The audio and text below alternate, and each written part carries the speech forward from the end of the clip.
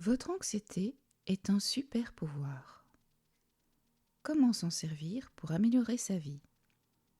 Écrit par Wendy Suzuki avec Billy Fitzpatrick. Paru aux éditions Marabout. À la mémoire de mon père, Mikio Suzuki, et de mon frère, David Koshi Suzuki, merci, vous me manquez, je vous aime. Introduction. Nous vivons à une époque où règne l'anxiété. Telle une odeur nauséabonde omniprésente avec laquelle nous avons grandi et à laquelle nous sommes maintenant habitués.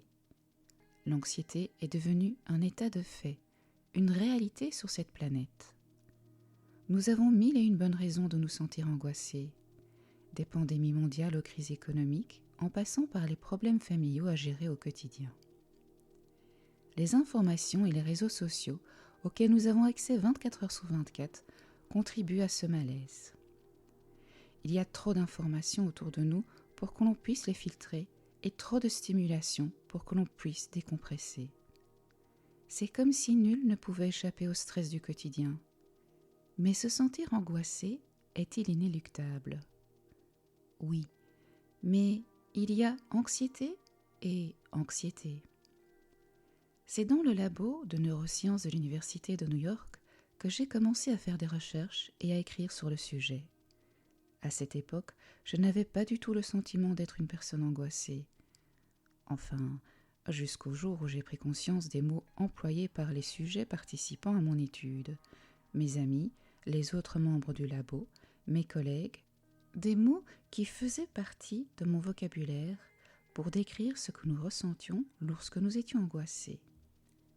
Inquiète, à cran, stressé, avoir du mal à se concentrer, ennuyé, pessimiste, non motivée, nerveuse, sur le point de craquer, sur la défensive, apeurée, incapable de trouver le sommeil. Ça vous rappelle quelque chose? Il suffit de faire une recherche sur Google pour découvrir que 18% de la population américaine, soit environ 40 millions de personnes, souffrent d'au moins un trouble de l'anxiété, notamment du trouble panique, des troubles de stress post-traumatique, TSPT, et du trouble anxieux généralisé, TAG. Or, ces chiffres émanant de diagnostics dûment posés ne reflètent pas l'impact réel de l'anxiété sur la population. Des centaines de millions d'individus dans le monde souffrent d'anxiété du plus bas grade, ne présentant aucun signe clinique et qui pourtant perdurent et épuisent. Vous savez, cette sensation que nous ressentons tous à un moment ou à un autre. Tous ces soucis qui, le soir, vous empêchent de trouver le sommeil alors que vous êtes épuisé. Ces to-do list qui n'en finissent plus et font que vous avez la sensation que vous n'arrivez jamais à faire un break. Ce manque de concentration qui fait que vous n'arrivez pas à lire un article en entier dans un magazine et encore moins à réfléchir à un problème. Ce sentiment d'indifférence qui vous empêche de communiquer comme vous le voudriez avec votre famille et vos amis. Peut-être avez-vous déjà ressenti l'un, voire l'ensemble de ces signes typiques de ce que j'appelle anxiété du quotidien. Car en effet, l'anxiété peut se manifester de différentes manières dans notre vie. Et même si vous ne vous sentez pas angoissé, vous êtes probablement d'accord avec moi pour reconnaître que le monde moderne qui est le nôtre est presque toujours source de stress.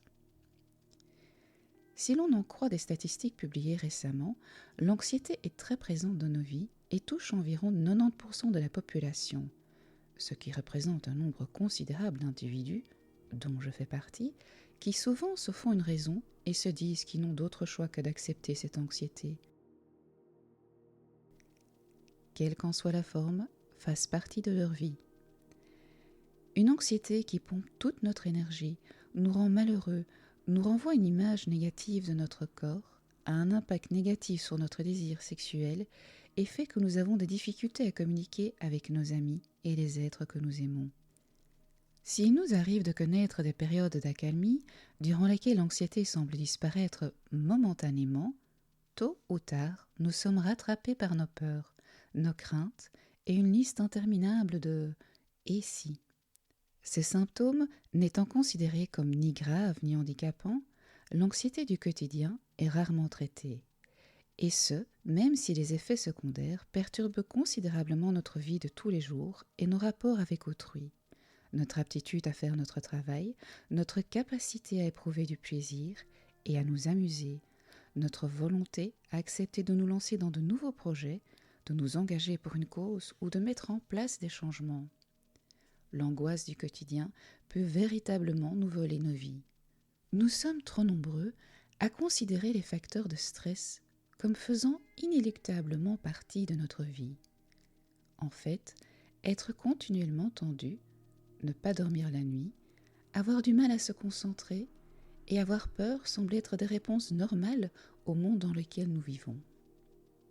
En effet, certaines personnes ne considèrent pas l'anxiété comme quelque chose qu'elles portent en elles, mais comme un élément qui fait partie du stress général qui les entoure, comme si l'anxiété était un gros nuage noir auquel elles ne pourront échapper si elles ne courent pas suffisamment vite pour aller se mettre à l'abri.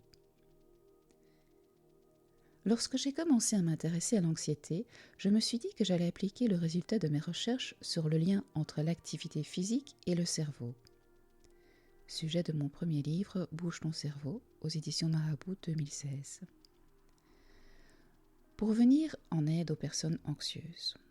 Mon objectif était de traiter cette anxiété que je voyais partout autour de moi, sur le campus de l'Université de New York, dans laquelle j'enseigne, dans les lycées où je mène également mes recherches, chez mes amis et collègues, tous talentueux et gros travailleurs, et que j'avais observés lors de mes voyages aux quatre coins du monde, et qui étaient le parfait reflet des statistiques.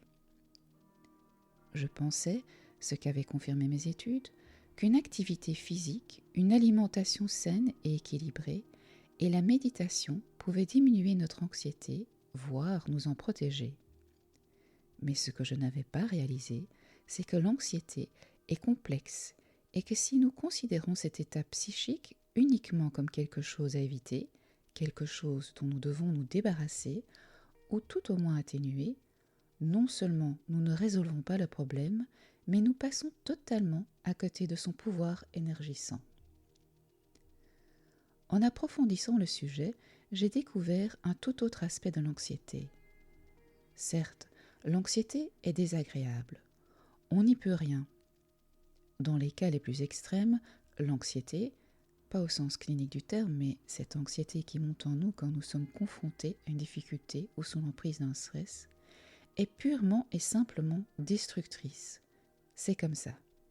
Mais ce que la plupart des individus, y compris les scientifiques, les médecins et autres thérapeutes oublient, c'est que l'anxiété est essentielle pour notre survie à nous, les humains.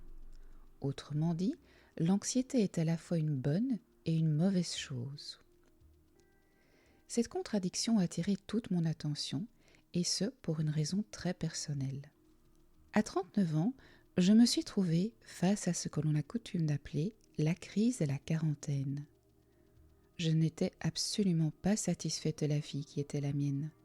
J'avais 13 kilos en trop. Je travaillais du matin au soir, 7 jours sur 7.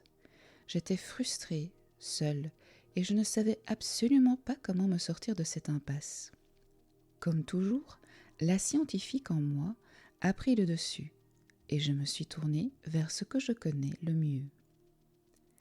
C'est ainsi que j'ai décidé de mener des expériences sur ma propre personne, qui me serviraient de référence lorsque je me lancerai dans une étude randomisée contrôlée. J'ai alors découvert que la pratique d'une activité physique, l'alimentation et la méditation étaient non seulement des éléments quantifiables qui favorisaient la perte de poids et avaient un effet bénéfique sur la productivité, la mémoire et la concentration, mais aussi que ces interventions, corps-esprit, modifient véritablement le cerveau et plus particulièrement changent notre relation à l'anxiété. Réussir à quantifier ces changements au niveau du cerveau a été pour moi une belle victoire. Surtout, j'ai compris qu'après avoir changé de mon mode de vie, je me sentais nettement mieux, ce qui était on ne peut plus positif. Si, je dois l'avouer, mon but premier était de perdre du poids et de retrouver la forme, j'étais aussi plus heureuse, plus optimiste et beaucoup moins anxieuse. Je n'avais aucunement anticipé une répercussion aussi bénéfique sur ma santé mentale et mon bien-être en général.